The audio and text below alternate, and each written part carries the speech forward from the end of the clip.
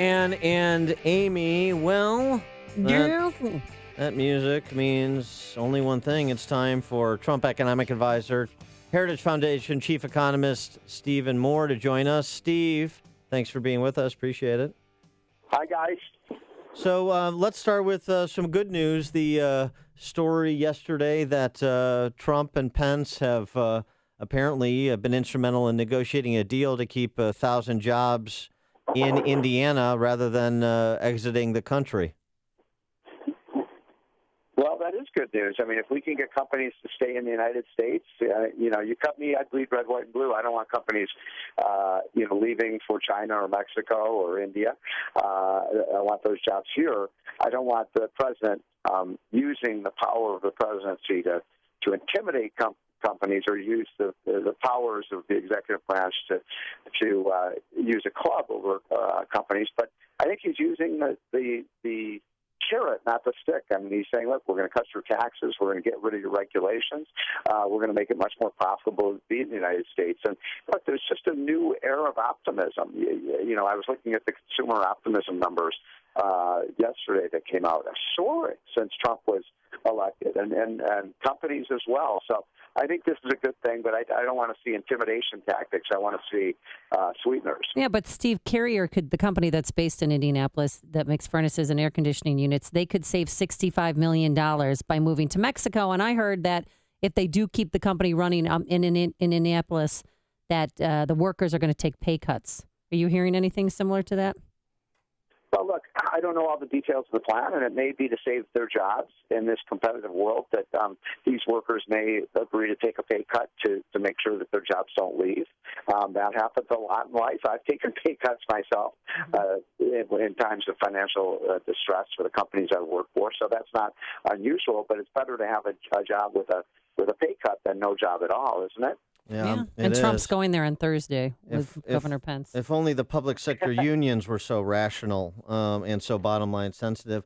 Now, Steve, I got to ask you about this. There was a little debate that took place on the opinion pages of National Review between Andy McCarthy and Senator Mike Lee.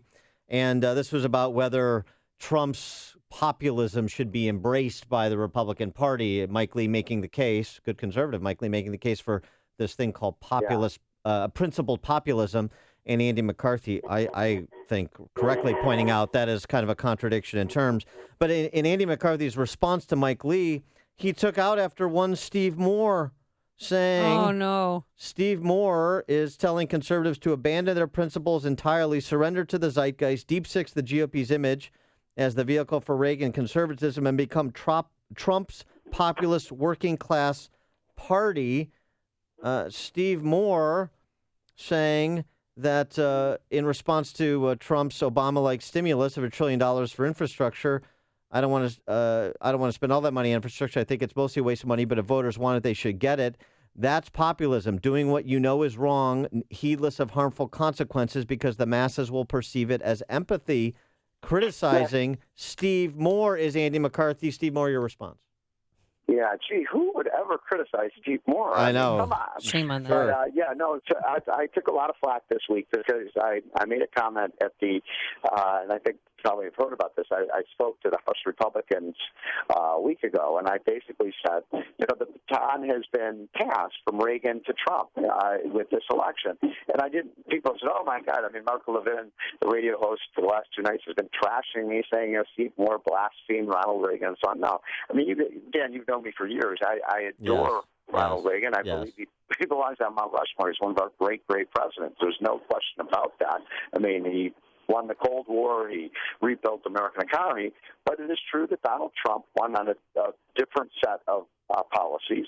Some policies that as conservatives we're going to like and some that we don't. And, I've said that I'm more of a free trader, obviously, than Donald Trump is. But we have to also recognize that it's important for the Republicans to deliver for these voters in states like Michigan and Ohio and Pennsylvania, Iowa, Wisconsin. By the way, we don't have to deliver for the voters in Illinois because you morons voted for Hillary Clinton. Yes. But I'm just joking, folks.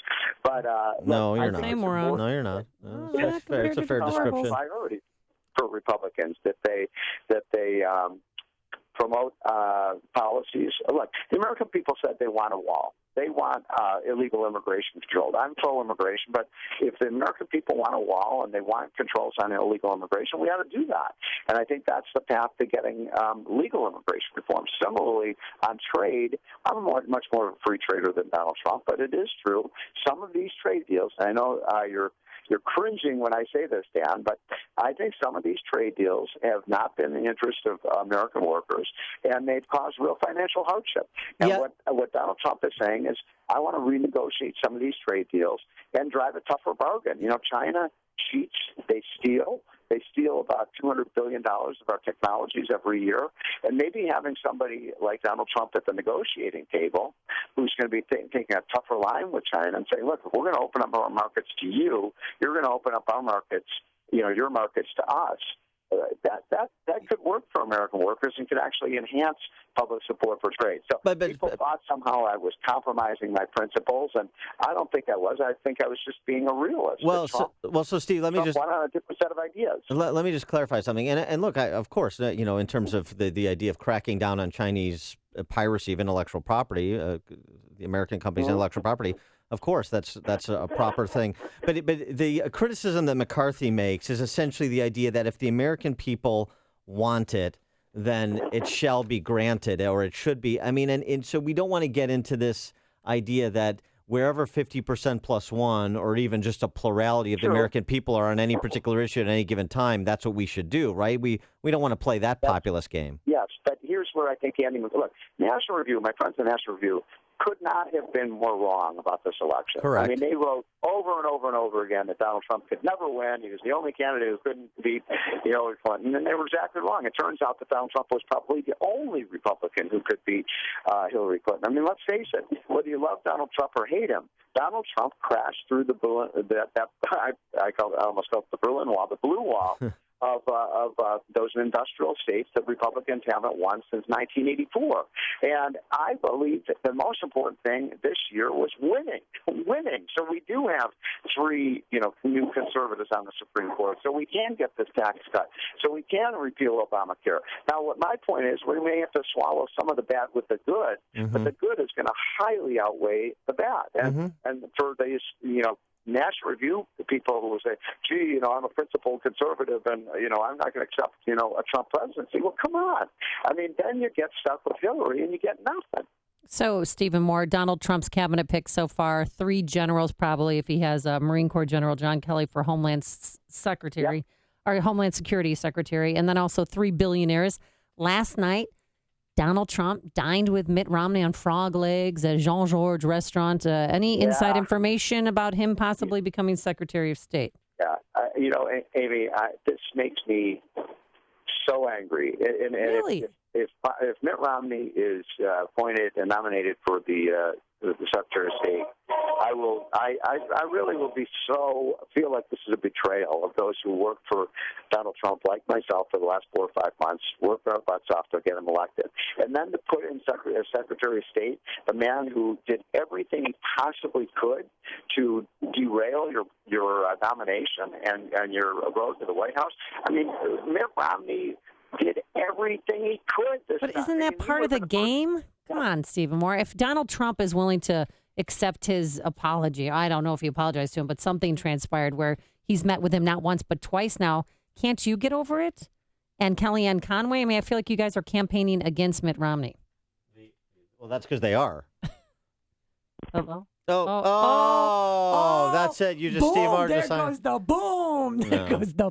I just got dabbed. I think he just cut out. That Steve Moore's not. No, he didn't want to answer the question. No, I'm going to interpret this the way that I'm going to process this. Yeah, right. He didn't want to answer the hard question. Yeah, it's very interesting though. Steve's reaction, like Newt's reaction, like Kellyanne Conway's reaction. I don't disagree with it. I mean, trust is a huge issue, particularly inner sanctum, particularly with preeminent cabinet positions, of which Secretary of State certainly is one. And I don't think the Romney choice makes a lot of sense either. So I'm with the more Gingrich Conway camp on that. Well, I'm with getting $50 because we made a bet. Yeah, that's right. And Well, that $50 is going to go to Food for the Poor. Yeah, exactly. And if In the name of Mitt Romney. And if you win, it's going to go to Food for the Poor. Yeah, you can make a donation on behalf of Mitt Romney or anyone you'd like. Yeah, to make a donation on behalf. And you just want Mitt Romney because he's good looking. No, that's not true. I just trust him, and I think that would be a manly move for Donald Trump to make to put him in that position. Excuse me. More so than Rudy Giuliani. I don't. I think at some point, the argument cuts both ways. The idea he can rise above. I think he's demonstrated he can rise above by considering Mitt Romney, by breaking bread with Mitt Romney and putting him on the short list. But then you can also show judgment by saying, if I don't have a confidence that I can have a trust relationship with this individual, then he can't be my Secretary of State. George in Libertyville, you're on Chicago's Morning Answer. Hey, guys. I got to tell you, man, I was so mad at Mitt Romney, but you got to trust Donald Trump. I mean, obviously he sees and knows something that he knows, and if he can get over it, we should be able to get over it. This isn't about our personal favorites. It's about running the country. Yeah. Right. That's right. I agree with that. He sees enough skill sets, enough insight from Romney to consider him for Secretary of State. But I think what you're hearing from Trump's inner circle of advisors is a question of trust. Nobody's questioning Mitt Romney's ability to do this job. Right. Yeah. They're questioning whether or not he can be trusted to do the job in furtherance of the administration's foreign policy philosophy. That's the issue. And I think it's a legitimate one. And I didn't even get to ask Stephen more about how Trump can drain the swamp. Oh, I'm sorry, Dad. We'll have to pick it up after this. I lick my wounds.